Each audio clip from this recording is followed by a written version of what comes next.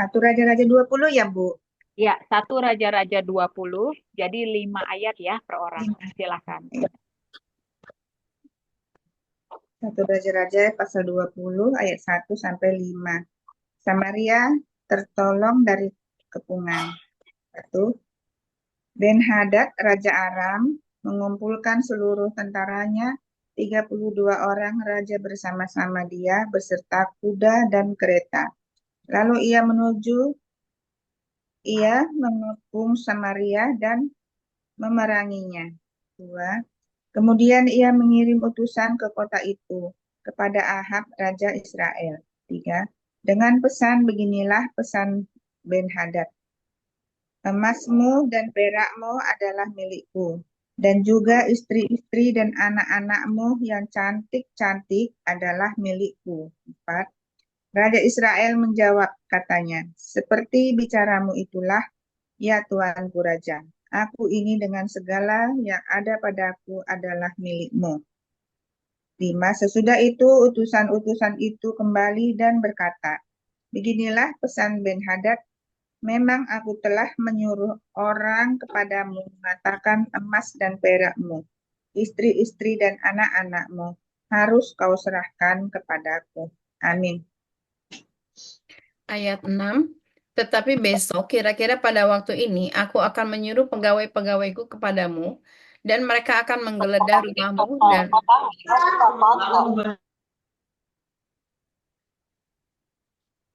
Ya, Bu. lanjut ya. Lanjut, Bu. Dan rumah pegawai-pegawaimu, maka segala yang mereka lihat dan ingini, akan mereka ambil dan mereka bawa. Ayat yang ketujuh. Sebentar.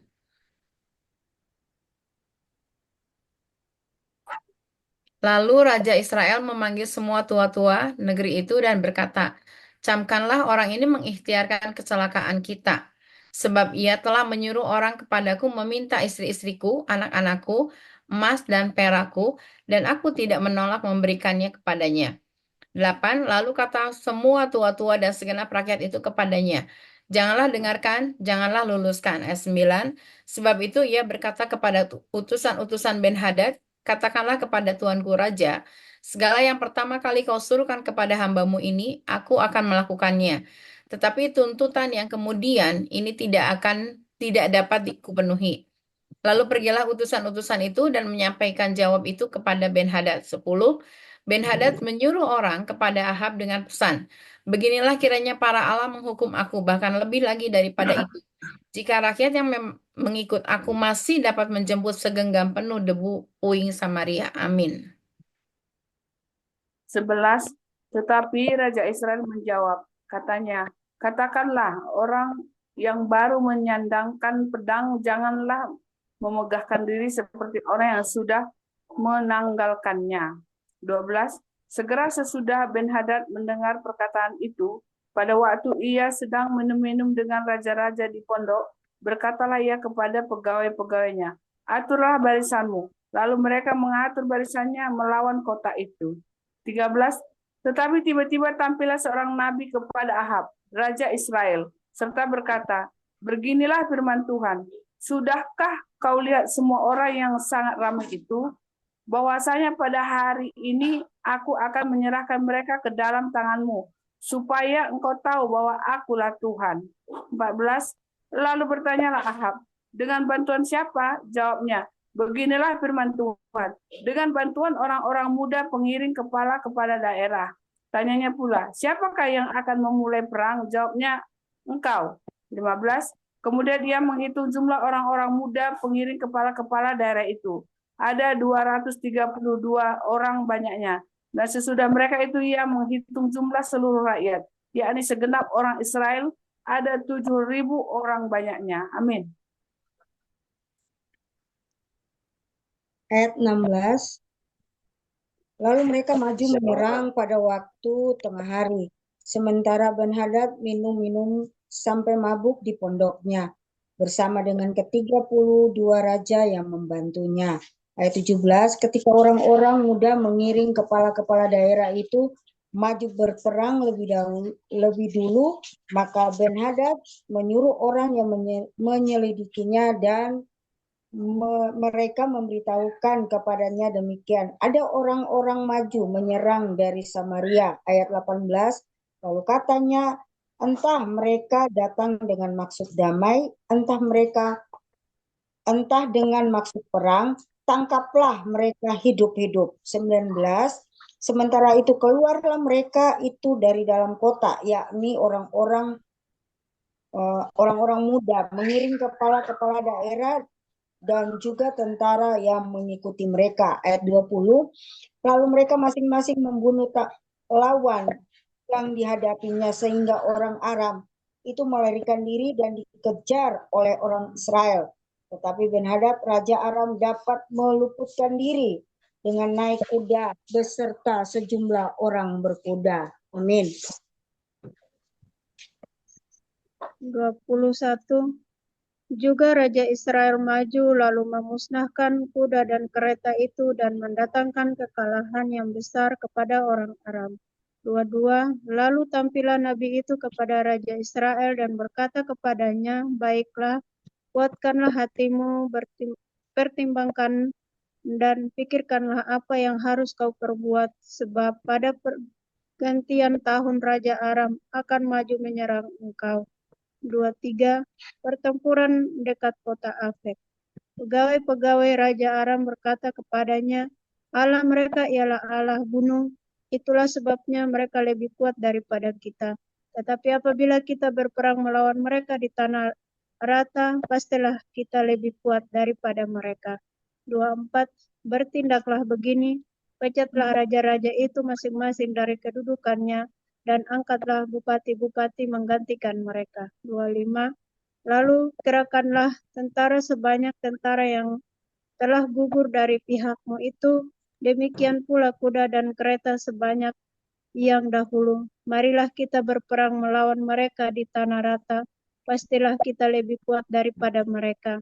Raja mendengarkan usul mereka dan bertindak demikian. Amin. Ayat 26. Dalam tahun yang berikutnya, Ben-Hadad memeriksa barisan orang Aram, lalu ia maju ke Afek untuk berperang melawan orang Israel. 27. Orang Israel pun memeriksa barisannya dan setelah dibekali mereka berangkat menghadapi orang Aram. Orang Israel berkemah di hadapan mereka seperti dua kawanan kambing, sedang orang Aram telah datang membanjiri negeri itu.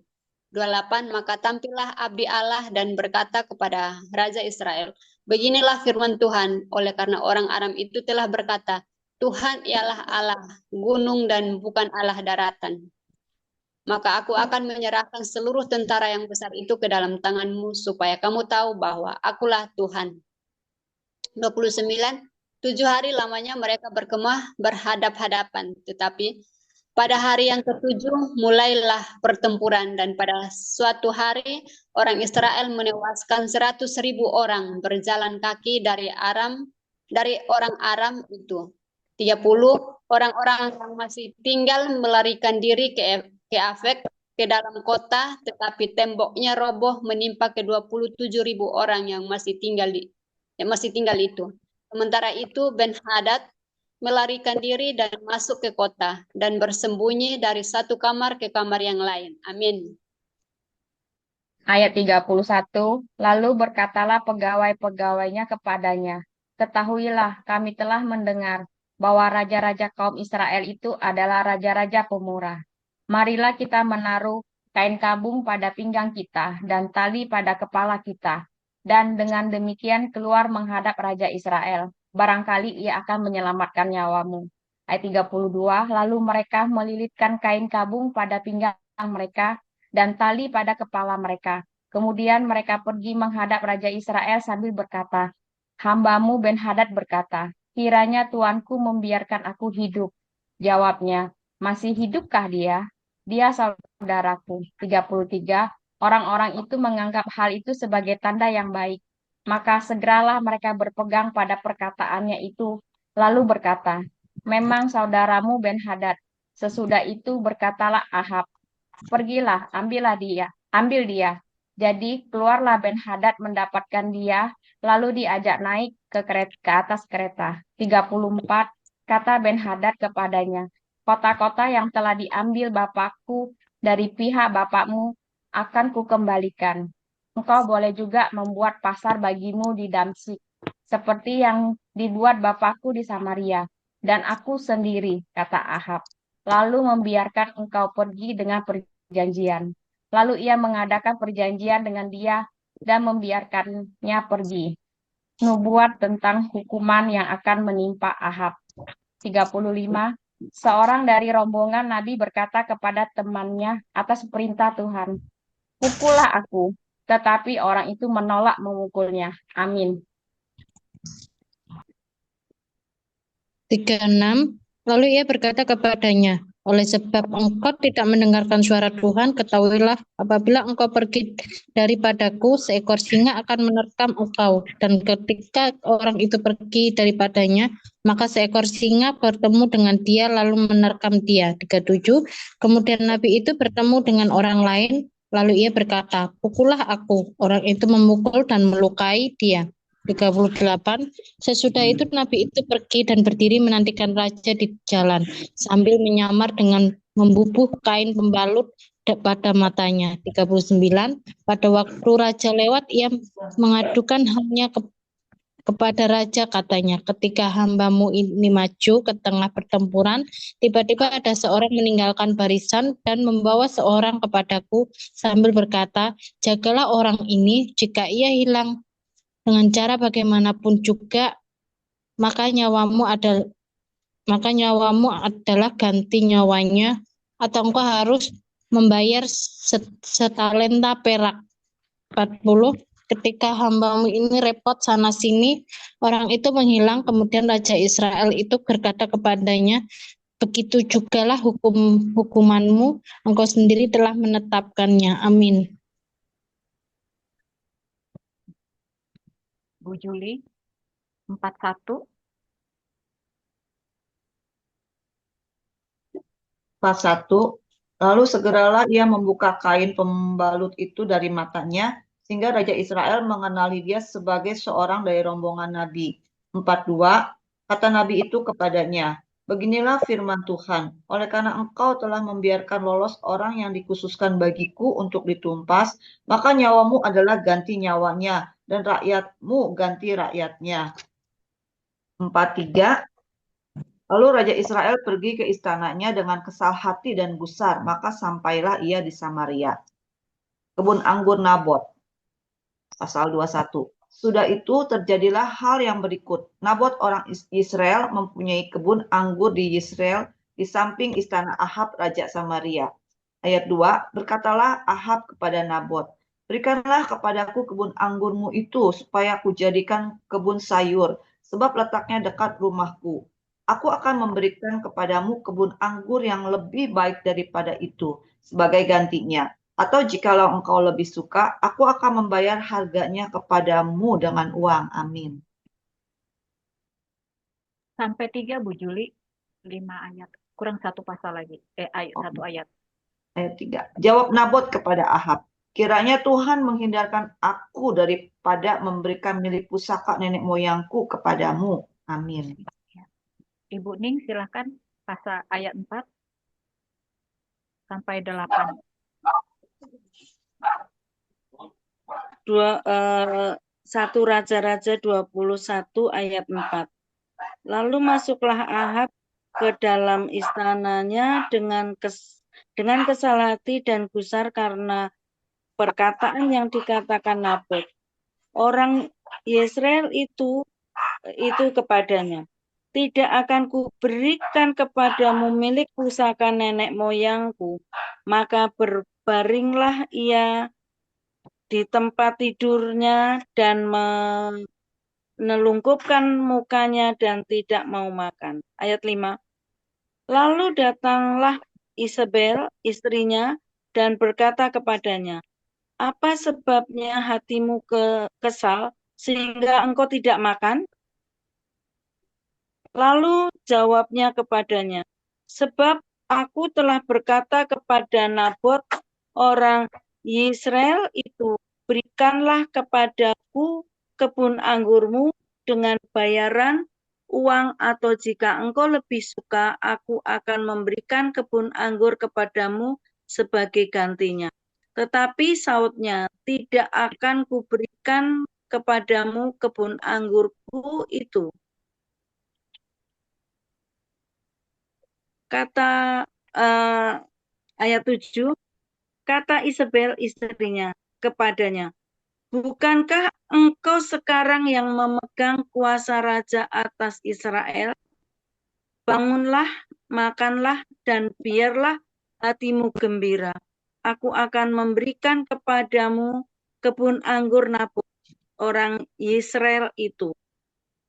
Sampai ayat berapa, Bu? 8. Ayat 8. Kemudian ia menulis surat atas nama Ahab, memeteraikannya dengan materai raja. Lalu mengirim surat itu kepada tuan-tuan dan pemuka-pemuka yang diam sekota dengan Nabot. Amin. Ayat 9, dalam surat itu ditulisnya demikian. Maklumkanlah puasa dan suruhlah Nabot duduk paling depan di antara rakyat. 10, suruh jugalah 2 orang dursila duduk menghadapinya. Dan mereka harus naik saksi terhadap dia dengan mengatakan, engkau telah mengutuk Allah dan Raja.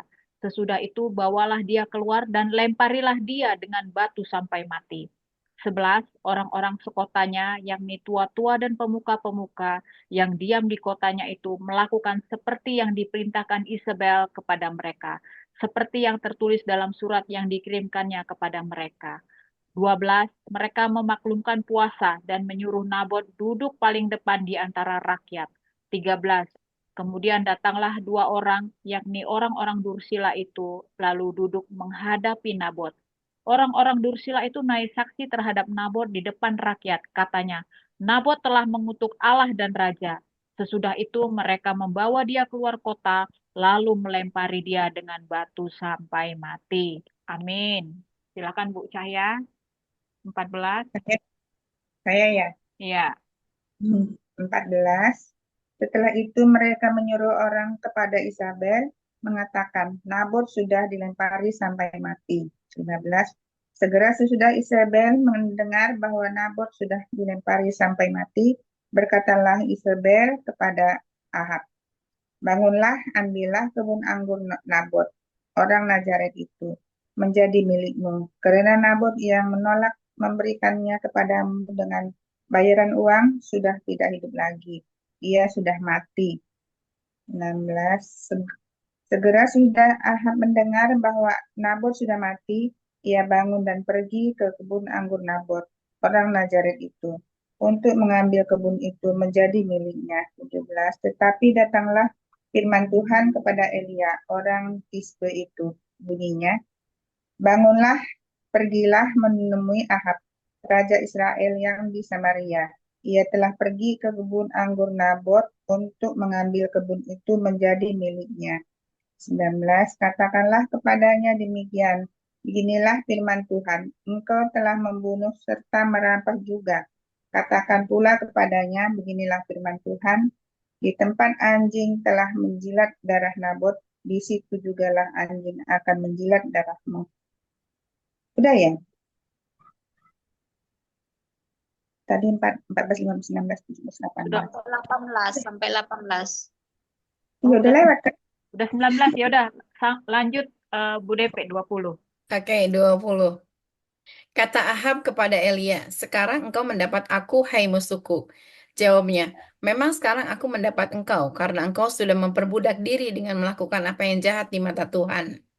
21. Sesungguhnya aku akan mendatangkan malapetaka kepadamu, aku akan menyapu engkau, dan melenyapkan setiap orang laki-laki dari keluarga Ahab, baik yang tinggi maupun yang rendah kedudukannya di Israel. 22. Dan aku akan kelewat. Dan aku akan memperlakukan keluargamu sama seperti keluarga Yerobeam bin Nebat dan seperti keluarga Baesa bin Ahya. Oleh karena engkau menimbulkan sakit hatiku dan oleh karena engkau mengakibatkan orang Israel berdosa. 23. Juga mengenai Isabel, Tuhan telah berfirman, anjing akan memakan Isabel di tembok luar Yizreel. 24. Siapa dari keluarga Ahab yang mati di kota akan dimakan anjing, dan yang mati di padang akan dimakan burung di udara. Amin. 25. Sesungguhnya tidak pernah ada orang seperti Ahab yang memperbudak diri dengan melakukan apa yang jahat di mata Tuhan, karena ia telah dibujuk oleh Isabel, istrinya. 26. Bahkan ia telah berlaku sangat keji dengan mengikuti berhala-berhala, tepat seperti yang dilakukan oleh orang Amori yang telah dihalau Tuhan dari depan orang Israel. 27. Segera sesudah Ahab mendengar perkataan itu, ia mengoyakkan pakaiannya, mengenakan kain kabung pada tubuhnya dan berpuasa. Bahkan ia tidur dengan memakai kain kabung dan berjalan dengan langkah lamban. 28. Lalu datanglah firman Tuhan kepada Elia orang Tisbe itu. 29. Sudahkah kau lihat bahwa Ahab merendahkan diri di hadapanku? Oleh karena ia telah merendahkan diri di hadapanku, maka aku tidak akan mendatangkan malapetaka dalam zamannya. Barulah pada zaman anaknya aku akan mendatangkan malapetaka atas keluarganya. Amin. Bu Erna, 22, pasal 22. Pasal 22, Ahab memerangi Ramot Gilead, nabi Tuhan berhadapan dengan nabi-nabi palsu. 3 tahun lamanya orang tinggal aman dan tidak ada perang antara Aram dan Israel. Ayat 2, pada tahun yang ketiga pergilah Yosafat Raja Yehuda kepada Raja Israel. Ayat 3, berkatalah Raja Israel kepada pegawai-pegawainya, tahukah kamu bahwa Ramot Gilead sebenarnya milik kita, tetapi kita tinggal diam saja dan tidak merebutnya dari tangan raja negeri Aram. Ayat keempat, lalu katanya kepada Yosafat, maukah engkau pergi bersama-sama aku untuk memerangi Ramot Gilead? Jawab Yosafat kepada Raja Israel, kita sama-sama, aku dan engkau, rakyatku dan rakyatmu, kudaku dan kudamu. Ayat 5, tetap Yosafat berkata kepada Raja Israel, baiklah, tanyakan dahulu firman Tuhan. Amin. Ayat 6. Lalu Raja Israel mengumpulkan para nabi, kira-kira 400 orang banyaknya. Kemudian bertanyalah ia kepada mereka, apakah aku boleh pergi berperang melawan Ramot Gilead atau aku membatalkannya? Jawab mereka, majulah, Tuhan akan menyerahkannya ke dalam tangan raja. Ayat 7, tetapi Yosafat bertanya, tidak adakah lagi di sini seorang nabi Tuhan supaya dengan perantaranya kita dapat meminta petunjuk? Ayat 8, jawab Raja Israel kepada Yosafat, masih ada seorang lagi yang dengan perantaraannya dapat diminta petunjuk Tuhan. Tetapi aku membenci dia sebab tidak pernah ia menubuatkan yang baik tentang aku, melainkan malapetaka. Orang itu ialah Mika bin Yimla. Kata Yosafat, janganlah raja berkata demikian. 9. Kemudian Raja Israel memanggil seorang pegawai istana, katanya, jemputlah Mika bin Yimla dengan segera. 10. Sementara Raja Israel dan Yosafat Raja Yehuda duduk masing-masing di atas taktanya dengan pakaian kebesaran di suatu tempat pengirikan di depan pintu gerbang Samaria, sedang semua nabi itu bernubuat di depan mereka. Amin.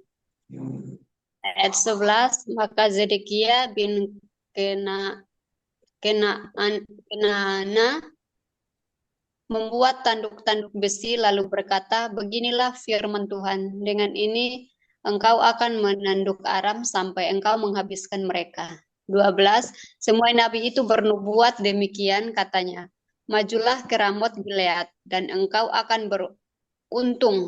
Tuhan akan menyerahkannya ke dalam tangan raja.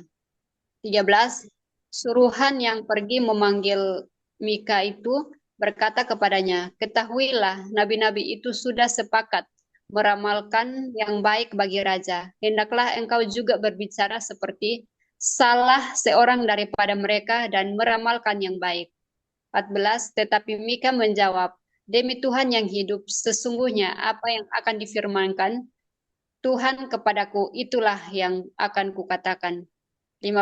Setelah ia sampai kepada raja, bertanyalah raja kepadanya, Mika, apakah kami boleh pergi berperang melawan Ramot Gilead atau kami membatalkannya? Jawabnya kepadanya, majulah dan engkau akan beruntung sebab Tuhan akan menyerahkannya ke dalam tangan raja. Amin.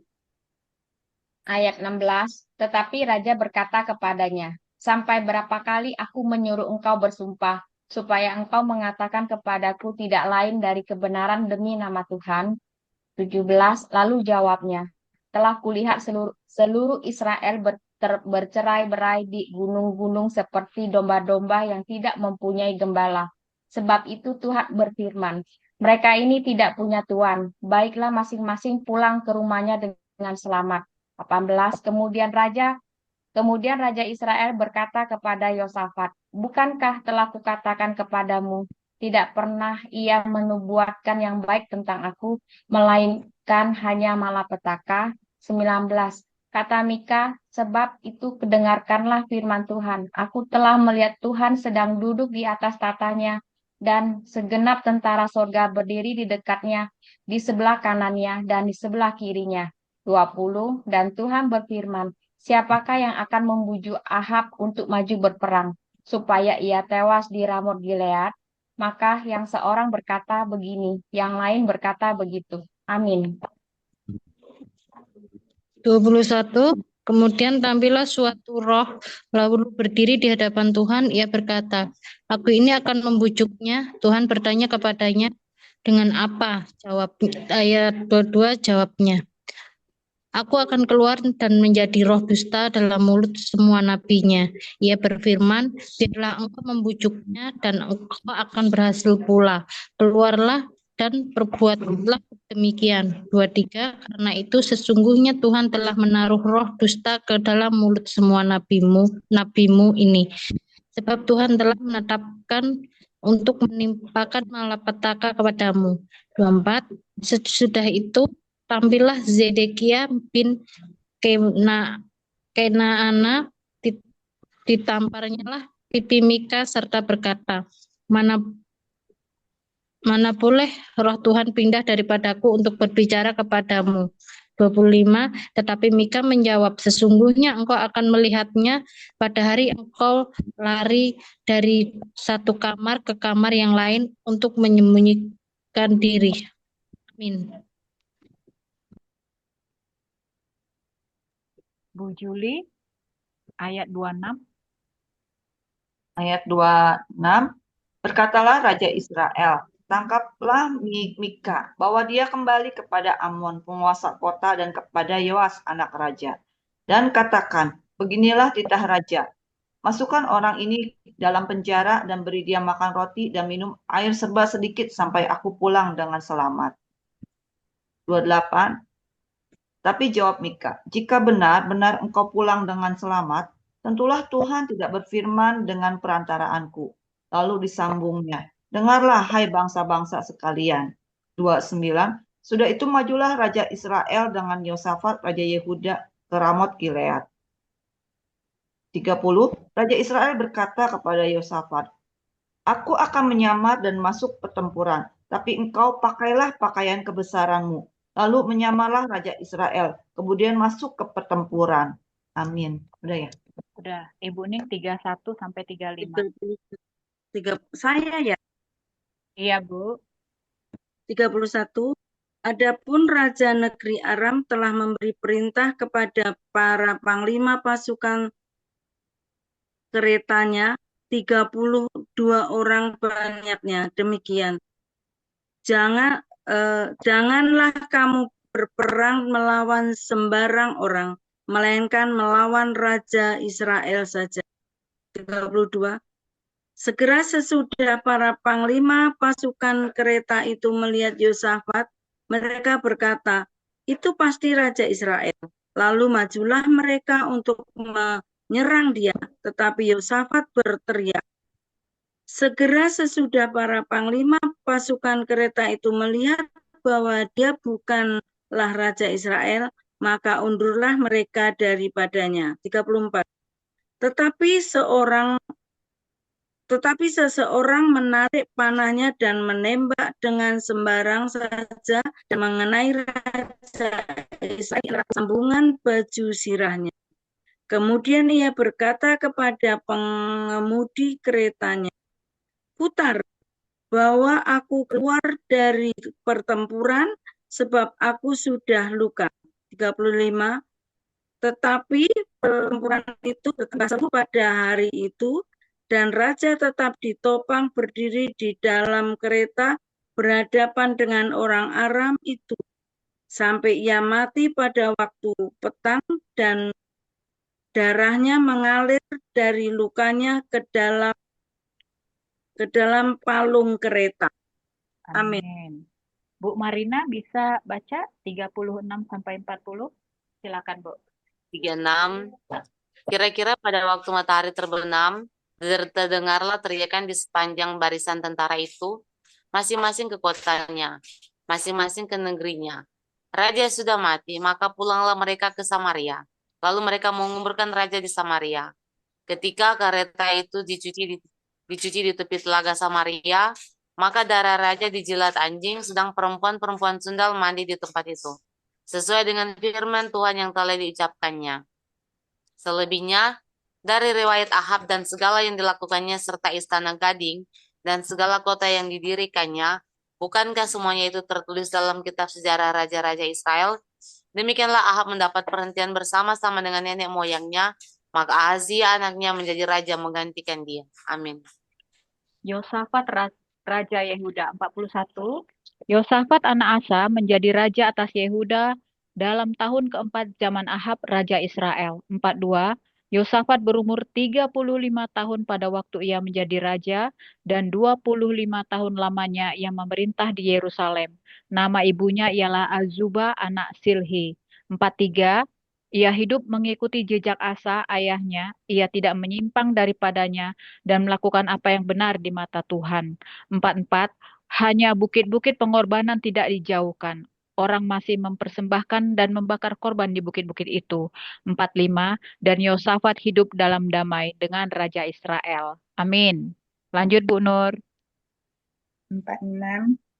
Selebihnya dari riwayat Yosafat dan kepahlawanan yang dilakukannya dan bagaimana ia berperang, bukankah semuanya itu tertulis dalam kitab sejarah Raja-Raja Yehuda, 47, dan sisa pelacuran bukti yang masih tinggal dalam zaman Asa, ayahnya, dihapusnya dari negeri itu, 47. Tidak ada raja di Edom, karena itu yang menjadi raja ialah seorang kepala daerah. 49 ya. Yosafat membuat kapal-kapal Tarsis untuk pergi ke Ofir mengambil emas, tetapi kapal-kapal itu tidak jadi pergi ke sana, sebab kapal-kapal itu pecah di Ezion Geber.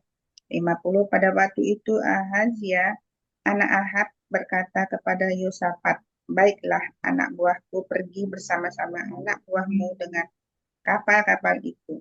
Tetapi Yosafat tidak mau. Amin.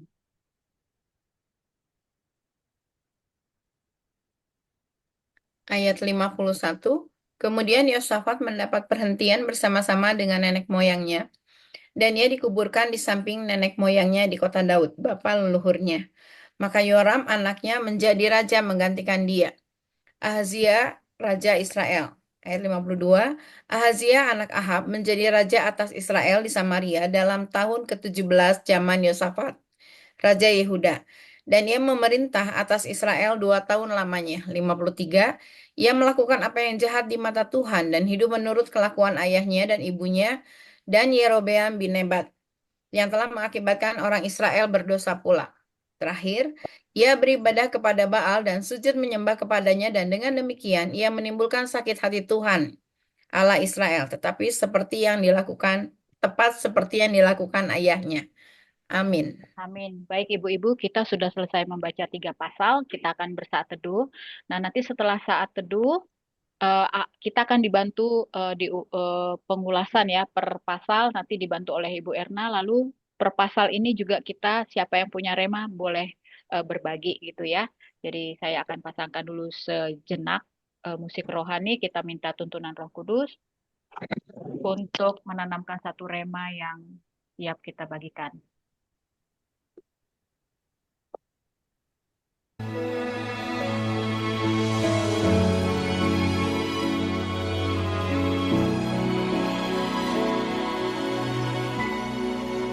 Betapa ku mencintai segala yang telah terjadi. Tak pernah sendiri jalani hidup ini, selalu menyertai.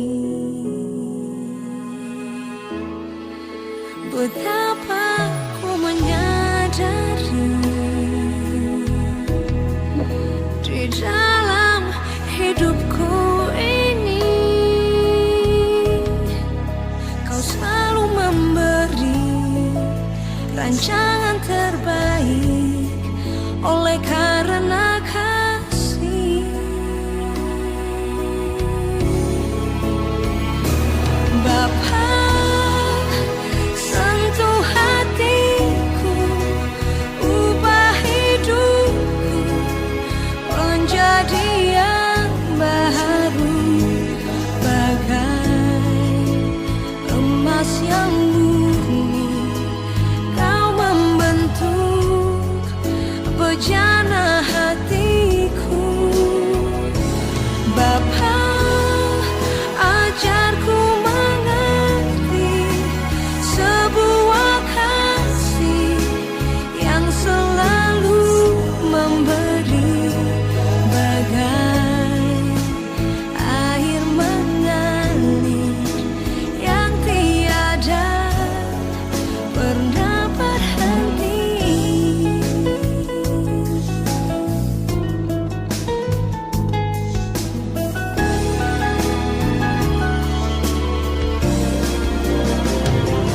Bapa, sentuh hatiku, ubah hidupku menjadi yang baru, bagai emas yang murni. Kau membentuk bejana hatiku. Bapa, ajarku mengerti sebuah kasih yang selalu memberi, bagai air mengalir yang tiada pernah berhenti.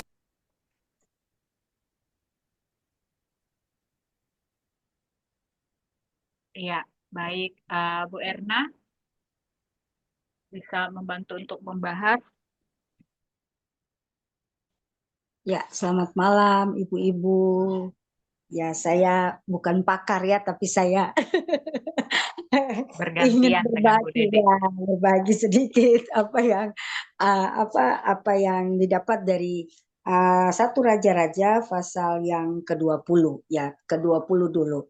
Jadi mungkin yang saya dapat ya mungkin ibu-ibu ada mendapat sesuatu atau mau menambahkan sesuatu. Ya mungkin juga kalau saya salah dalam penyampaian ya boleh aja masukan atau tambahan. Ya saya percaya bahwa kita semua pasti diberkati malam hari ini. Ya jadi dari pasal yang ke-20 ada 2 hal di sini yang saya ingin bagikan, yaitu di ayatnya yang ke-13 ya. Ayat yang ke-13 itu tetapi tiba-tiba tampillah seorang nabi kepada Allah, Ahab, Raja Israel, serta berkata, beginilah firman Tuhan, sudahkah kau lihat semua orang yang sangat ramai itu, bahwasanya pada hari ini aku akan menyerahkan mereka ke dalam tanganmu supaya engkau tahu bahwa akulah Tuhan. Jadi ada satu ayat yang luar biasa yang di sini dilihat di pasal 20 bahwa Tuhan itu menyerahkan setiap musuh-musuh ini ke dalam tangan Ahab gitu. Kendati Ahab ini tidak setia dan juga umat Israel ini, tapi Allah itu selalu menunjukkan kemurahannya kepada mereka dengan membalas Samaria dari kepungan tentara Aram. Itu terdapat di ayat yang ke-20. Terus 1 tahun kemudian Allah memberikan kemenangan yang luar biasa juga atas Aram di bagian timur sebagai sungai Yordan dekat kota Efek. Itu di pasal 20 ayat 22 sampai 29. Tapi dengan semua yang terjadi, itu Ahab tetap tidak mau menyembah Allah. Dia mengeraskan hati dia dan dia tidak melihat bahwa semua yang terjadi itu ada di dalam genggamannya Tuhan. Gitu. Terus ada satu hal lagi yang saya dapatkan itu di rombongan nabi-nabi di 1 Raja-Raja pasal 20 itu ayat 35. Itu mereka ini adalah para nabi yang merupakan nabi-nabi atau para murid yang dibina oleh nabi-nabi yang dahulu, yaitu nabi-nabi tua yang seperti Elisa. Mereka mempunyai hubungan yang dekat terhadap pemimpin-pemimpin yang ada, dan mereka juga mengajarkan tentang ketaatan dan kesetiaan kepada Tuhan. Jadi di sini saya ambil satu kesimpulan bahwa Tuhan itu telah menyerahkan orang-orang Syria kepada Ahab dan membawa juga Ben-Hadad ke tangannya. Jadi Ahab ini dia tidak menghargai kasih karunia, dia tidak menghargai apa yang sudah Tuhan lakukan dalam hidupnya, sehingga dia tidak percaya akan kuasanya Tuhan, dia tidak percaya akan semua yang terjadi dalam hidupnya, bahkan seakan dia tuh membuang kasih karunia itu. Dia tidak menghargai berkat-berkat yang sudah Tuhan berikan dalam kehidupan dia. Dan di sini juga di pasal 20 ini mengajari setiap kita, mengajari saya juga secara pribadi bahwa apapun yang sudah Tuhan lakukan dalam setiap kehidupan kita, kita perlu untuk menghargai kasih karunia Tuhan. Kita menerima kasih karunia Tuhan dengan mentaati setiap firman Tuhan yang sudah Tuhan berikan untuk setiap kita. Jangan seperti Raja Ahab, yang dimana kita sudah menang dari setiap masalah, Tuhan sudah menolong kita, bahkan kita tidak melihat.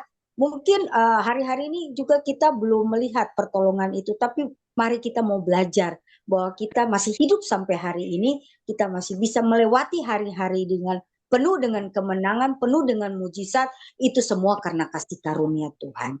Mungkin itu saja dari saya. Mari ibu-ibu mungkin ada dapat dari ayat-ayat yang lain untuk kita saling memberikan masukan, memberikan apa yang menjadi rema hari ini, kita saling membangun. Mungkin itu dari saya. Terima kasih. Baik. Tuhan berkati.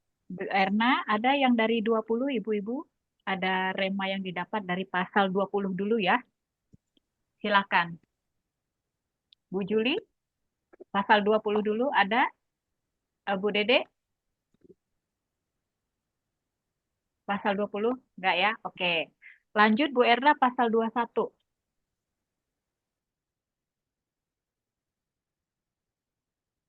Diambil Bu. Semua bisa mengikuti atau bagaimana, kurang jelas. Ya. Intinya kita menghargai kasih karunia dari Tuhan ya. Bersyukur. Ya. Baik. Pasal 21 Bu, silakan dilanjutkan. Pasal 21. Oke.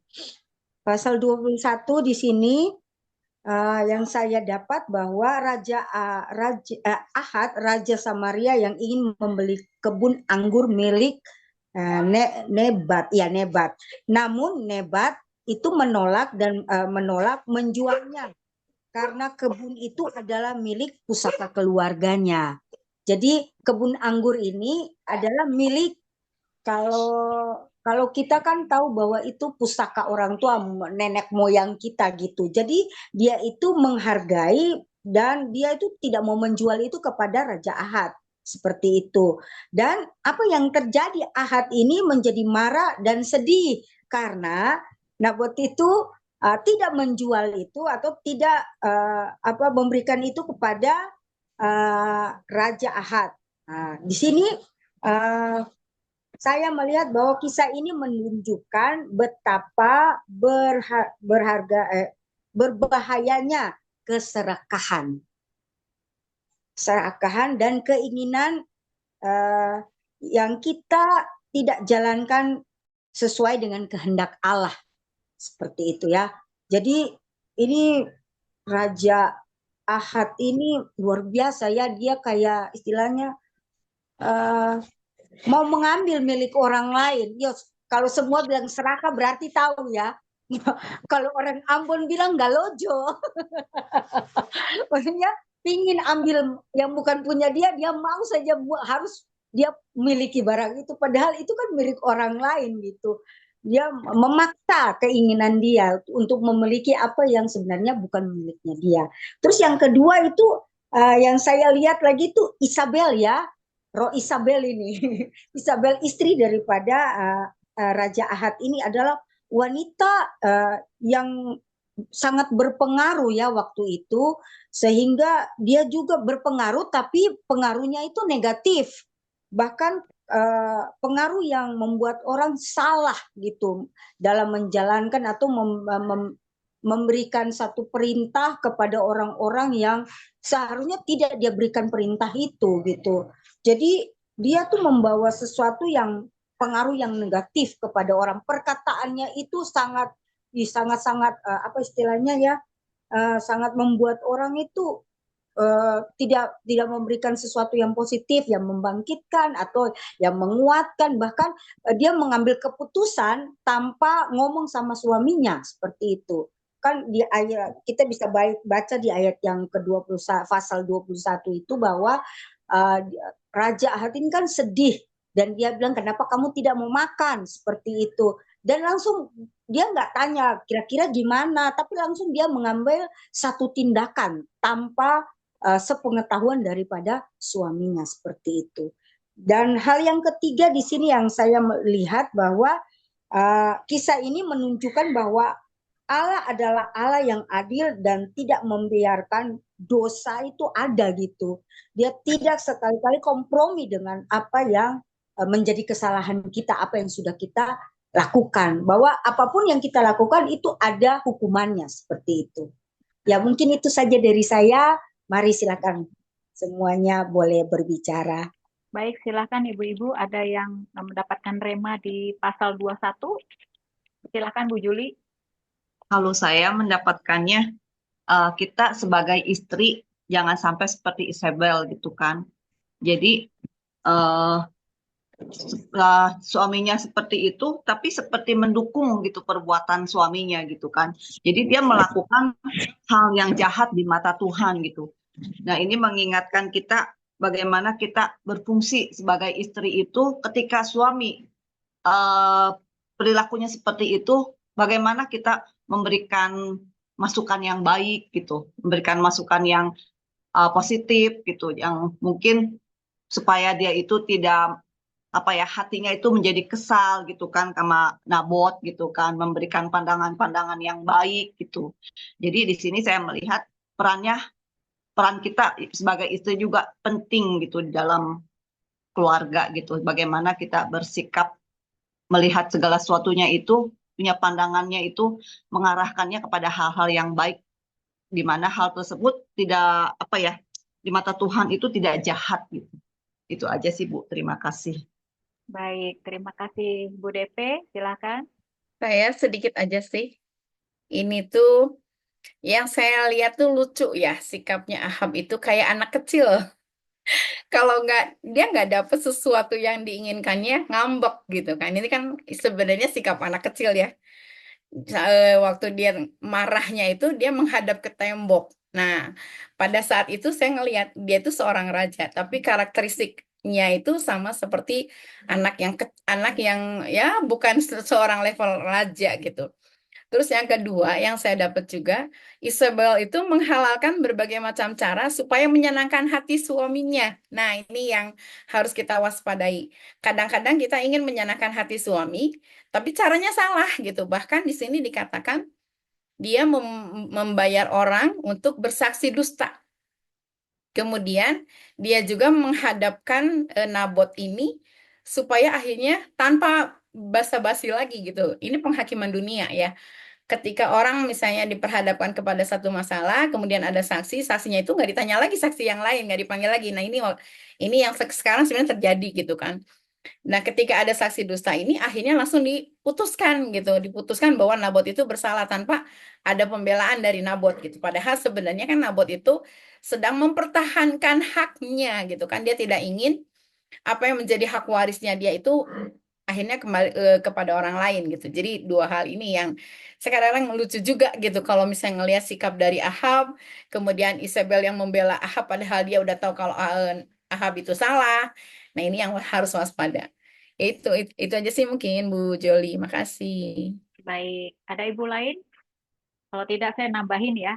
Sebenarnya tadi hampir sama dengan yang lain, tetapi saya menambahkan poin lain yaitu bagaimana Ahab itu menyesal ya di pasal 21 ayat 29 ya. Jadi dari ini sebenarnya Ding, dari 27 ya sampai 29. Bagaimana Ahab itu menyesal atas perbuatan.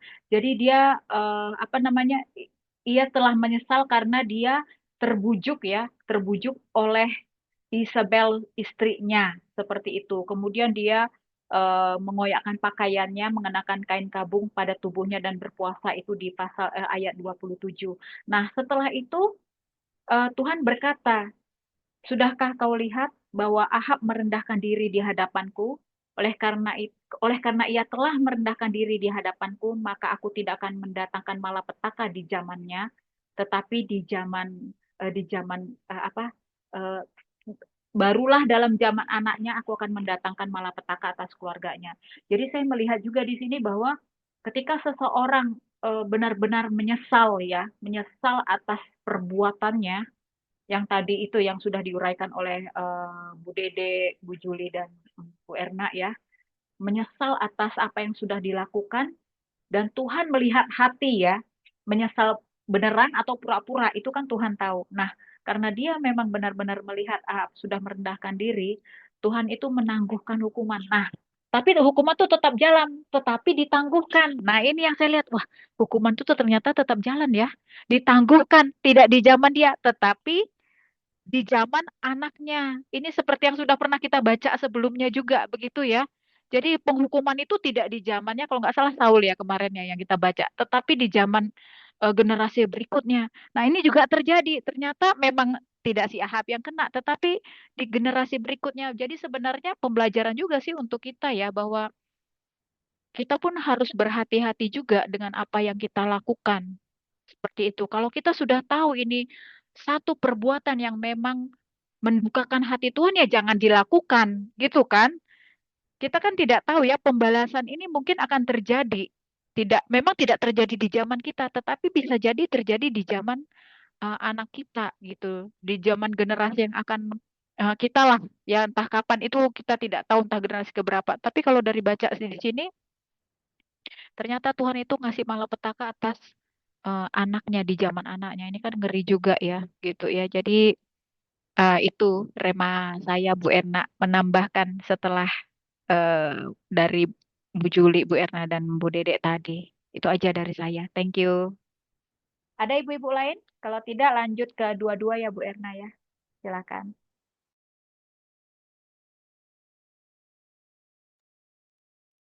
Masih ada yang lain, ibu-ibu yang terkasih? Nanti Bu Ceti nambahin ya Bu Ceti ya. Dua-dua. Baca dulu Bu Ceti. Satu raja-raja dua-dua. Siapa tahu nanti Ibu berbagi. Ayo Bu Erna silakan. Oke, saya lanjut ya.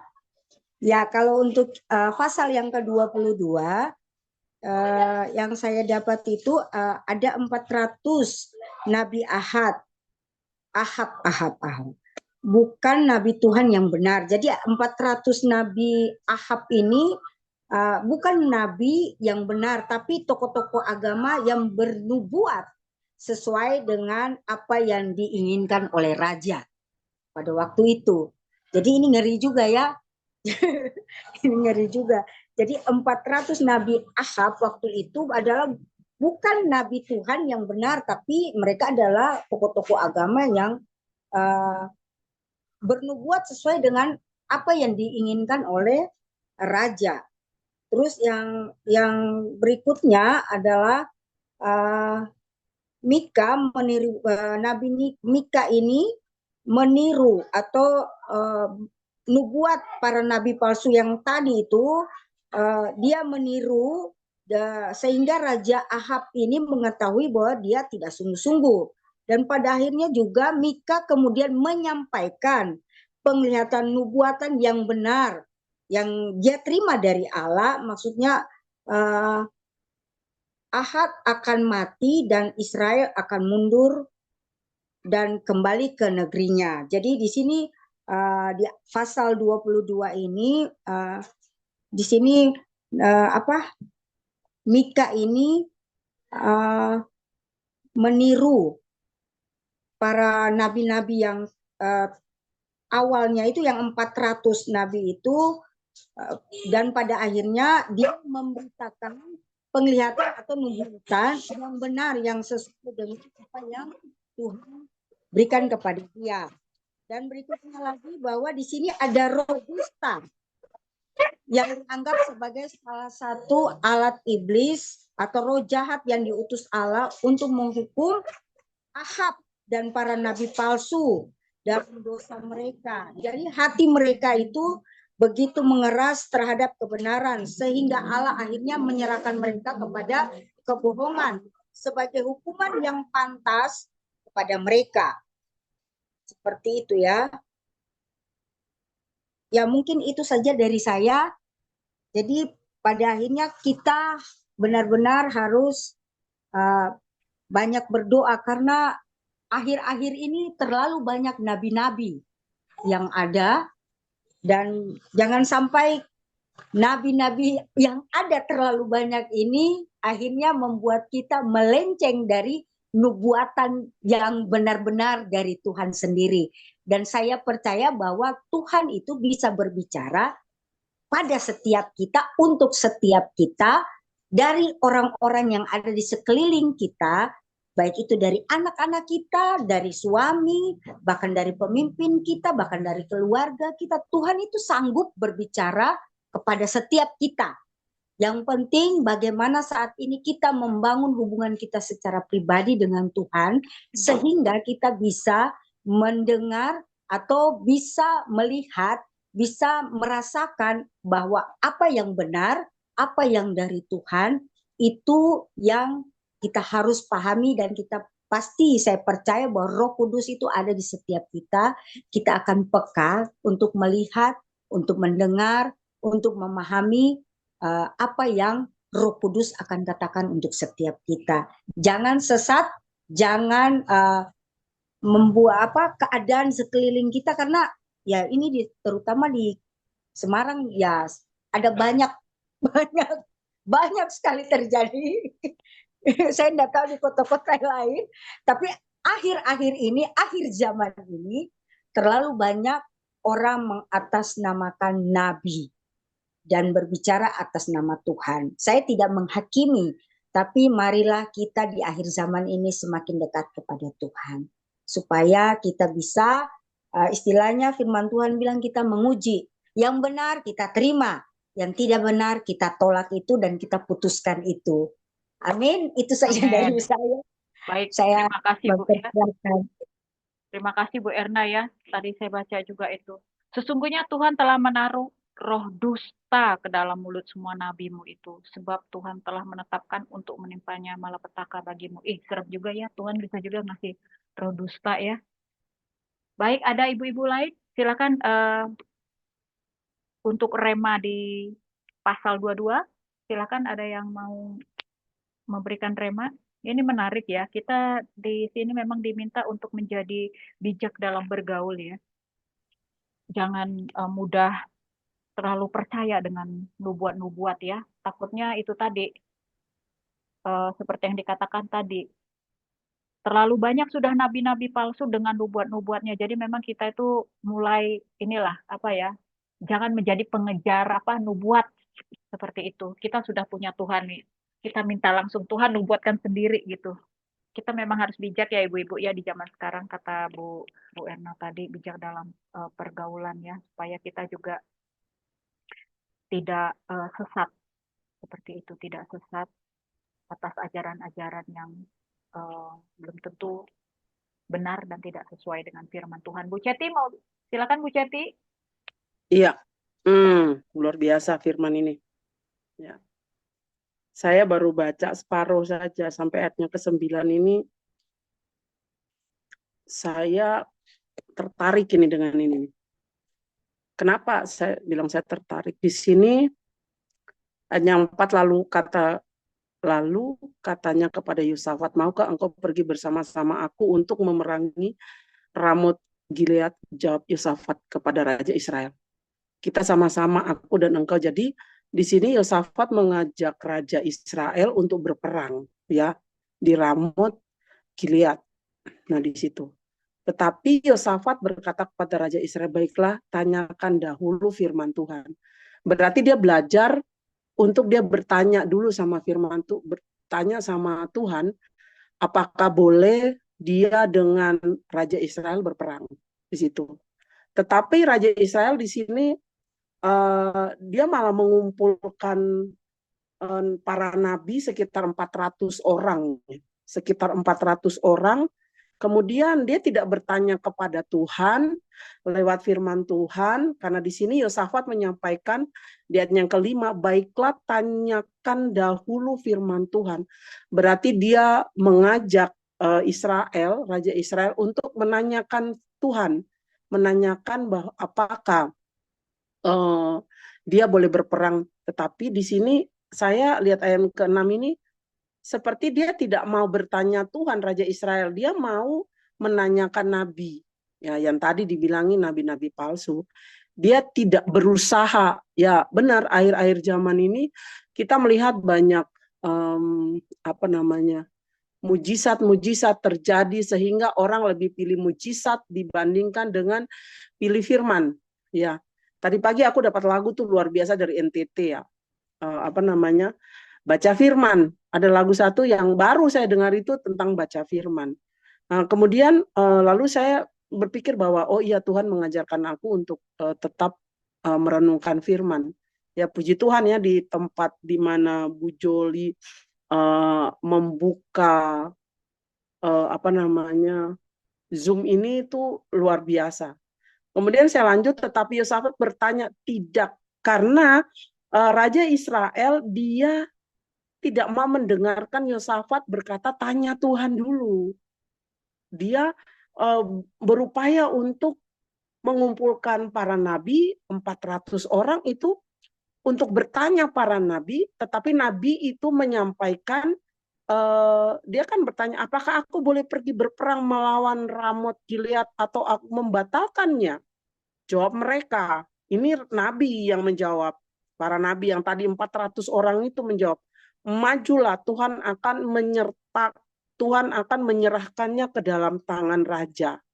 Nah, jadi dia memberikan statement, para nabi itu dia tidak bertanya dengan Tuhan, dia memberikan statement bahwa ya kamu pergi, nanti Tuhan akan menyerahkan mereka di tangan raja gitu. Orang Ramot dan Gilead itu tangan raja. Tetapi Yosafat bertanya, Yosafat tuh bersikeras mau tanya sama Tuhan, tidaklah adakah lagi di sini seorang nabi Tuhan supaya dengan perantaranya kita dapat meminta petunjuk? Jawab Raja Israel kepada Yosafat, masih ada seorang lagi yang dengan perantaranya dapat diminta petunjuk Tuhan, tetapi aku membenci dia. Nah, dia menyampaikan kepada Yosafat, ada satu orang lagi nabi tetapi aku benci orang itu. Berarti kita harus mengoreksi diri kita. Kita harus memang bertanya, seperti kata Yosafat, bertanya kepada Tuhan, sampai kapan pertanyaan itu Tuhan jawab? Ya sampai Tuhan jawab. Kamu mau berperang nggak? Kayak macam kita melayani orang gitu. Tanya Tuhan, Tuhan boleh nggak aku melayani? Kalau belum ada suara Tuhan untuk pelayanan itu, no nggak, jangan dilakukan. Karena kan kita harus mendengar suara Tuhan. Bagaimana dengan orang yang belum dikaruniakan pendengaran, mendengar suara Tuhan? Itu pertanyaannya ya. Dan dia tuh bukan nabi, tetapi dia dikaruniakan mendengar suara Tuhan. Nah, bagaimana orang yang tidak mendengar suara Tuhan? Lalu dia bukan nabi. Nah, banyak tadi dibilang Ibu siapa yang orang Ambon itu dibilangnya, banyak hari-hari ini banyak sekali orang-orang yang mempunyai karunia, tetapi dia tidak menanyakan Tuhan. Dia hanya berpikir dia hanya menyampaikan secara logika. Oh ya, orang ini dia begini, orang ini. Ya tadi saya sama dengan saya tidak menjudge. Saya di sini tidak berbicara tentang hamba Tuhan. Saya bicara di sini tentang karunia. Saya juga terkadang saya melihat, tetapi saya bertanya, uji, apakah benar? Tanya terus sama Tuhan. Kalau memang Tuhan menyampaikan berkali-kali orang itu dalam apa namanya, pada saat kita pejamkan mata, kita lihat berkali-kali, berarti itu yang Tuhan kehendak Tuhan, bukan kehendak. Karena kita tolak. Kalau ini bukan kehendakmu Tuhan, aku tolak dalam nama Tuhan Yesus. Tapi dia berkali-kali Tuhan, sama dengan berkali-kali kau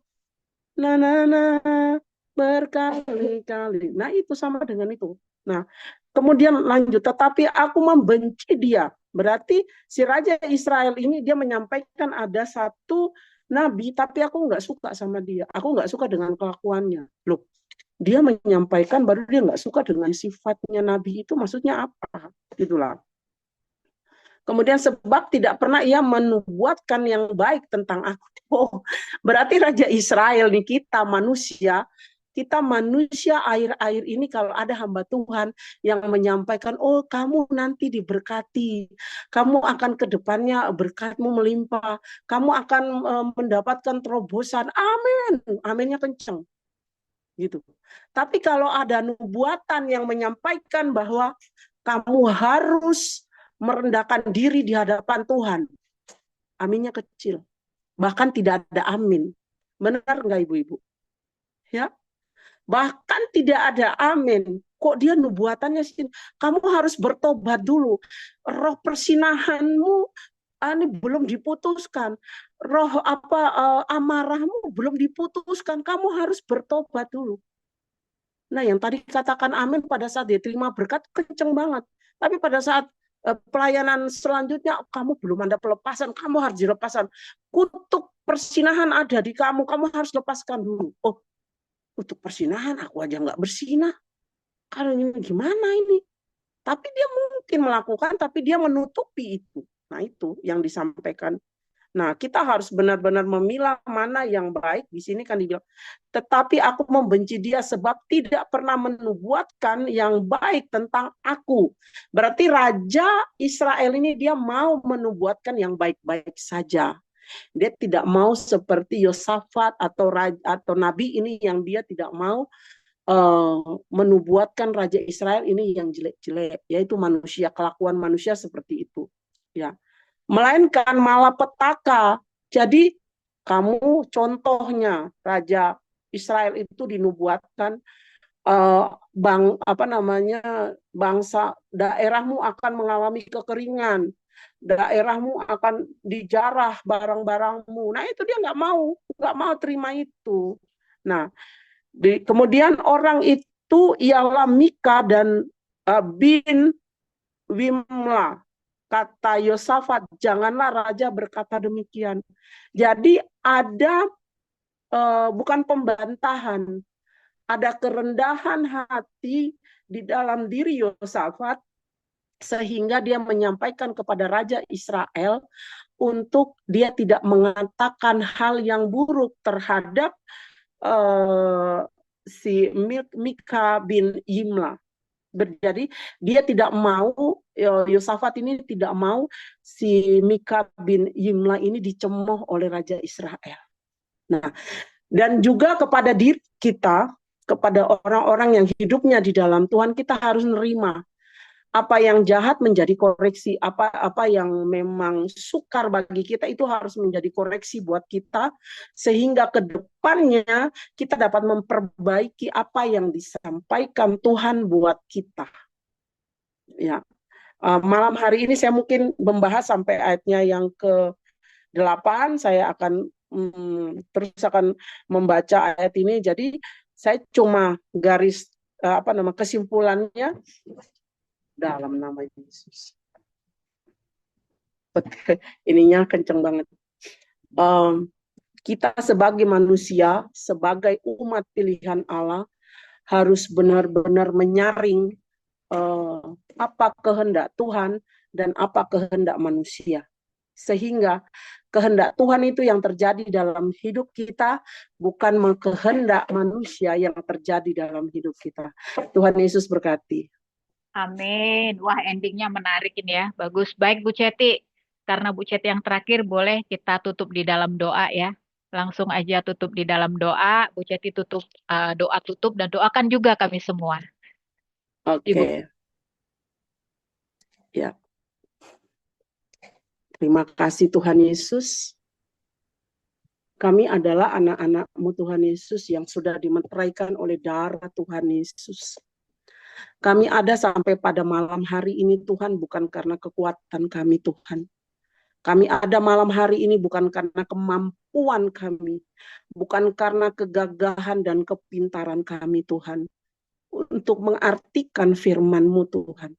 Tapi kami ada di kelompok ini Tuhan Yesus. Kami dapat mengerti dan memahami apa maksud-Mu lewat firman-Mu yang Engkau sampaikan buat kami malam hari ini Tuhan Yesus.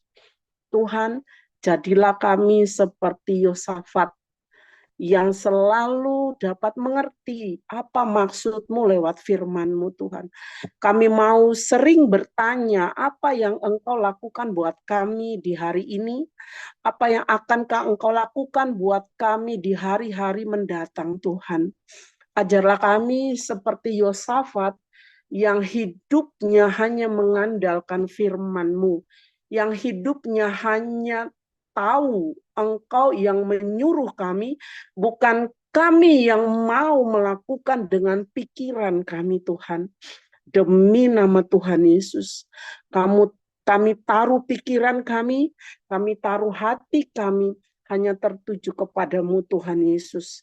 Kami jangan terkontaminasi Tuhan dengan pelayanan-pelayanan yang membutuhkan mujizat. Tetapi kami mau taruh pikiran dan hati kami Tuhan kepadamu, pelayanan yang mementingkan jawaban dari Tuhan Yesus. Terima kasih Tuhan, terima kasih. Di malam hari ini Tuhan, Engkau pakai anak-anak-Mu Tuhan dalam pelayanan demi pelayanan ke depannya Tuhan. Supaya kami lebih mengerti lagi Tuhan. Apa kehendak-Mu Tuhan di dalam kehidupan kami Tuhan Yesus. Terima kasih ya Roh Kudus. Terima kasih Tuhan Yesus. Terima kasih Bapa di surga. Di malam hari ini Tuhan Yesus. Hamba berdoa demi nama Tuhan Yesus. Engkau tudungi kami Tuhan dengan kuasa darah-Mu Tuhan Yesus. Engkau perlengkapi kami dengan senjata rohani-Mu Tuhan Yesus. Supaya kami siap berperang Tuhan. Melawan penghulu-penghulu di udara Tuhan. Dengan firman-Mu yang Engkau berikan pada kami setiap hari demi hari Tuhan. Terima kasih Tuhan Yesus, terima kasih. Perlengkapi kami masing-masing pribadi. Terutama kami berdoa Tuhan Yesus untuk Bu Joli Kaban Tuhan Yesus.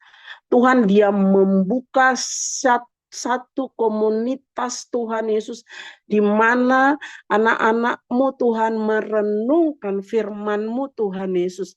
Jadi kami menjauhkan diri kami dari kesibukan kami masing-masing. Kami datang di hadirat-Mu Tuhan. Lewat Bu Joli pada saat kami merenungkan firman-Mu Tuhan. Tuhan Engkau berkati dia. Urapi dia Tuhan, pelayanannya Tuhan. hari demi hari Tuhan Yesus diurapi, hari demi hari Tuhan dijamah oleh Engkau, hari demi hari dibangunkan imannya Tuhan, apinya nggak boleh padam Tuhan Yesus, karena ada api Tuhan yang selalu menyala-nyala Tuhan di dalam kehidupan Bu Joli dan keluarganya Tuhan Yesus. Dia sebagai istri, sebagai ibu yang menopang keluarganya Tuhan, menopang suaminya Tuhan, Engkau pakai dia lebih dahsyat, lebih heran, lebih ajaib. Jiwa-jiwa di sekitarannya Tuhan Yesus dimenangkan oleh-Mu. Ada anak Tuhan yang mau merindukan kasih pelayanan-Mu Tuhan. Terima kasih Tuhan Yesus, terima kasih. Saat ini Tuhan hamba berdoa untuk Ibu Erna Lesnusa Tuhan di Semarang Tuhan Yesus. Tuhan dia kerinduannya Tuhan, keluarganya dia dapat berkumpul di Ambon. Tuhan sebelum dia ke Ambon Engkau pakai dia Tuhan. Engkau perlengkapi dia lebih dahsyat, lebih heran, lebih ajaib lagi Tuhan Yesus. Tuhan banyak jiwa-jiwa yang di Ambon dia akan menangkan karena ada Engkau Tuhan Yesus. Tetapi Tuhan dia belum selesai mengerjakan pekerjaannya di Semarang Tuhan. Tuhan Engkau selesaikan semuanya Tuhan Yesus, baru Engkau kirimkan dia di Ambon Tuhan Yesus. Terima kasih Tuhan, Engkau yang merencanakan semua dan Engkau yang menyiapkan semuanya Tuhan untuk pelayanan Bu Erna Lesnusa di Ambon maupun di Semarang. Demi nama Tuhan Yesus, demi nama Tuhan terjadi dalam hidupnya Tuhan. Terima kasih Tuhan, saat ini juga hamba berdoa demi nama Tuhan Yesus untuk Bu Dede Tuhan di Bandung. Tuhan, Engkau tahu isi hatinya Tuhan Yesus. Engkau tahu pergumulannya Tuhan Yesus. Engkau tahu kerinduannya Tuhan Yesus. Apa yang akan dia lakukan Tuhan. Rancangan-Mu Tuhan Yesus, bukan rancangan kecelakaan. Tetapi rancangan damai sejahtera yang Engkau berikan untuk Bu Dede Tuhan Yesus. Demi nama Tuhan Yesus, demi nama Tuhan Yesus. Engkau berikan yang terbaik Tuhan Yesus. Jiwa-jiwa yang sekitar Bu Dede Tuhan Yesus, pelayanan di gerejanya juga Tuhan. Tuhan Engkau pakai Bu Dede Tuhan Yesus untuk pelayanan pengembalaan-Mu Tuhan. Kalau Engkau taruh dia Tuhan Yesus di pengembalaan Tuhan Yesus, Tuhan Engkau berikan jalan yang terbaik untuk Bu Dede Tuhan saat ini. Demi nama Tuhan Yesus, Engkau cukupkan segala kebutuhan ekonomi, finansialnya Tuhan. Engkau cukupi semuanya demi nama Tuhan Yesus, demi nama Tuhan Yesus. Aku yakin dengan iman Tuhan, keteguhan hatinya Tuhan untuk Engkau Tuhan, Engkau jangan biarkan dia seorang diri. Butuh Engkau Tuhan dalam setiap pelayanannya Tuhan Yesus. Dia tidak mampu untuk melaksanakan itu Tuhan Yesus. Tetapi kami yakin dengan iman Tuhan Yesus, Engkau akan memegang tongkat dan Engkau berikan kepada dia Tuhan. Tongkat estafet Engkau akan berikan kepada dia Tuhan Yesus sebagai pelayanan-Mu Tuhan, dalam melaksanakan pelayanan-Mu Tuhan. Terima kasih Tuhan Yesus, terima kasih. Tuhan, saat ini juga hamba berdoa untuk Ibu Yuli Suhardi Tuhan Yesus. Tuhan Engkau pakai dia. Engkau berikan pita suaranya Tuhan Yesus yang indah, yang merdu. Seperti malaikat-malaikat di sorga Tuhan memuji-muji Tuhan. Meninggikan Engkau Tuhan Yesus. Malam hari ini ya Tuhan Yesus. Suara yang terindah Engkau berikan Tuhan Yesus buat Ibu Yuli Tuhan saat ini Tuhan. Dia sebagai singer Tuhan Yesus. Dalam pelayanannya Tuhan Yesus. Engkau pakai dia lebih dahsyat. Engkau pakai dia lebih ajaib. Engkau pakai dia lebih heran Tuhan Yesus. Tuhan lewat pelayanannya Tuhan Yesus. Anak-anak-Mu akan mendengarkan nyanyian surga. Bukan dia yang bernyanyi di depan umat-Mu Tuhan, tetapi pelayanan-Mu dari surga Tuhan turun atasnya Tuhan Yesus. Ketika dia menyanyikan lagu-lagu kemuliaan, lagu-lagu penyembahan, ada hadirat Tuhan mengalir dalam kehidupannya. Orang akan mendengar suara-Mu Tuhan. Malaikat surga bernyanyi, menyanyikan kidung pujian dan penyembahan. Engkau taruh itu Tuhan dalam kehidupannya. Engkau pakai dia Tuhan Yesus lebih dahsyat. Kau pakai demi nama Tuhan Yesus. Demi nama Yesus. Demi nama Tuhan Yesus. Kuasa mujizat Tuhan terjadi saat ini buat-Mu Tuhan. Buat-Mu, Engkau akan melayani Tuhan. Lebih lagi Tuhan akan pakai Engkau lebih lagi. Terima kasih Tuhan Yesus. Mujizat-Mu terjadi saat ini Tuhan. Demi nama Yesus. Saat ini juga hamba berdoa untuk Ibu Dewi Tuhan Yesus. Tuhan, Engkau tahu isi hatinya Bu Dewi, Tuhan. Tuhan, hamba nggak tahu dia berada di mana, Tuhan Yesus. Tuhan, malam hari ini Engkau pakai dia. Engkau perlengkapi dia dengan senjata rohanimu saat ini, Tuhan Yesus. Oh, terima kasih Tuhan Yesus. Engkau akan berdiri di depan rumah. Di situ engkau akan disambut oleh Tuhan Yesus. Terima kasih Tuhan. Mujizat Tuhan akan terjadi saat ini Tuhan. Satu persatu akan digenapi oleh Tuhan. Demi nama Tuhan Yesus. Tuhan, Engkau yang merancangkan kehidupannya Tuhan Yesus. Engkau juga yang akan menyelesaikan segala problema hidupnya saat ini Tuhan Yesus. Tuhan, hatinya Tuhan, Engkau memberikan hatinya sebagai hati hamba. Hati yang rendah hati yang mengasihi Tuhan. Terima kasih Tuhan Yesus, terima kasih. Terjadi di dalam hidupmu, Ibu Dewi. Terima kasih Tuhan, terima kasih Tuhan. Kemuliaan hanya bagi Tuhan di tempat yang maha tinggi. Saat ini Tuhan, Engkau berkati Ibu Dewi, Engkau urapi Ibu Dewi Tuhan. Tuhan, hamba tidak tahu apa yang akan terjadi buat Bu Dewi, tapi Tuhan, Engkau yang merencanakan semuanya. Terima kasih Tuhan Yesus. Tuhan, saat ini juga hamba berdoa untuk Ibu Ance Tuhan. Tuhan, Engkau tahu keluh kesahnya Tuhan selama ini Tuhan Yesus.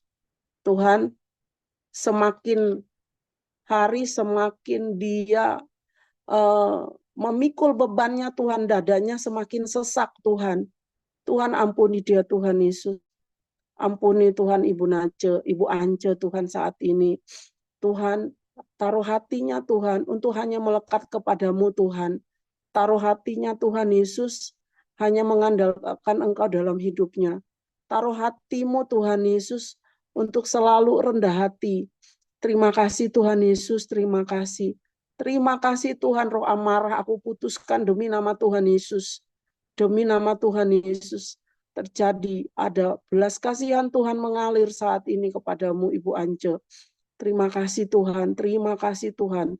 Mengalir saat ini, mengalir kuasa Tuhan mengalir dalam hidupmu. Terima kasih Tuhan, terima kasih. Saat ini juga hamba berdoa Tuhan Yesus untuk Ibu Harmani Sitepu Tuhan. Harmoni Sitepu Tuhan Yesus. Kaki kanannya Tuhan Yesus yang sakit. Tuhan Yesus sekarang Engkau sembuhkan demi nama Tuhan Yesus. Demi nama Tuhan Yesus. Lutut kanannya demi nama Tuhan Yesus. Ibu Harmoni kaki lutut kanannya sakit. Kaki di pergelangan, Bu, pergelangan kaki. Kaki kanan. Kanan kiri sebenarnya. Oh ya, demi nama Tuhan Yesus saat ini Ibu percaya dengan iman bahwa kaki Ibu, pergelangan lutut maupun pergelangan Ibu sudah disembuhkan oleh darah Tuhan Yesus. Dalam nama Tuhan Yesus, dalam nama Tuhan Yesus. Terjadi kesembuhan, mujizat Tuhan terjadi saat ini. Ibu Harmoni Sitepu disembuhkan oleh darah Tuhan Yesus. Demi nama Tuhan Yesus, demi nama Tuhan Yesus.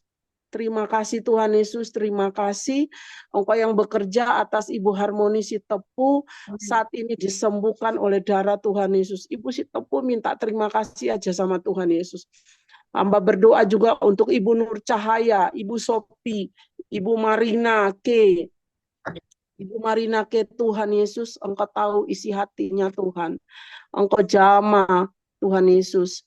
Engkau jamah Tuhan Yesus, Engkau jamah. Ibu-ibu yang belum hamba sebut satu persatu Tuhan Yesus. Tuhan, Engkau tahu kerinduan hati mereka Tuhan Yesus. Dengar problema keluarga mereka Tuhan. Dalam nama Tuhan Yesus. Tuhan, Engkaulah tempat sandaran bagi mereka Tuhan Yesus. Tuhan, Engkaulah tempat sandaran bagi mereka Tuhan Yesus. Saat ini di dalam nama Tuhan Yesus. Ranting-ranting yang patah Engkau kembalikan Tuhan Yesus untuk menjadi ranting yang utuh, ranting yang tidak ada celah, ranting yang kokoh demi nama Tuhan Yesus, demi nama Tuhan Yesus, demi nama Tuhan Yesus, demi nama Tuhan Yesus, ranting-ranting yang tidak ada cacat Tuhan, dalam nama Tuhan Yesus, dalam nama Yesus. Terima kasih Tuhan, terima kasih Tuhan. Mereka akan berdiri teguh, berdiri kokoh Tuhan. Mereka tidak ada patah semangat. Mereka tidak kecewa. Mereka hatinya tidak rapuh Tuhan. Demi nama Yesus, segala pekerjaan, segala tantangan hidup mereka Tuhan, mereka Engkau akan selesaikan Tuhan, demi nama Tuhan Yesus, demi nama Tuhan Yesus. Engkau yang bekerja dalam hidup kami semua malam hari ini Tuhan. Tuhan Yesus, kami akan istirahat, Engkau yang bekerja buat kami akan tidur Tuhan Yesus, dalam lindungan dan penyertaan-Mu Tuhan. Seperti Mazmur 91 Tuhan, kami ada dalam perlindungan-Mu Tuhan Yesus. Kami tidak takut kedahsyatan malam, singa dan ular tedung Kau langkahin Tuhan. Kami sudah diberi kuasa untuk menginjak ular, untuk menginjak anak singa. Demi nama Tuhan Yesus, demi nama Tuhan Yesus, terjadi dalam hidup kami Tuhan. Tuhan terima kasih, Tuhan terima kasih. Lawatan-Mu Tuhan terjadi malam hari ini buat kami masing-masing. Kami diberkati, kami diurapi, kami dijamah, kami dilindungi, dan kami akan bangun besok pagi hari. Tuhan, kami tidak lupa dengan firman-Mu Tuhan. Kami akan merenungkan firman-Mu seperti Yosafat, percaya bahwa dengan firman-Mu kami akan melaksanakan sesuatu yang kami inginkan. Terima kasih Tuhan Yesus, kami akan menanyakan dengan firman-Mu apakah yang akan kami kerjakan di besok hari Tuhan. Terima kasih Tuhan Yesus, terima kasih. Ajarlah kami untuk selalu taat akan firman-Mu. Demi nama Tuhan Yesus, Allah yang hidup, Allah yang berkuasa di bumi dan di surga. Roh Kudus jamah kami malam hari ini. Tuhan Yesus lindungi kami. Bapa pelihara kami. Demi nama Tuhan Yesus. Haleluya, haleluya. Amin. Tuhan Yesus berkati. Amin.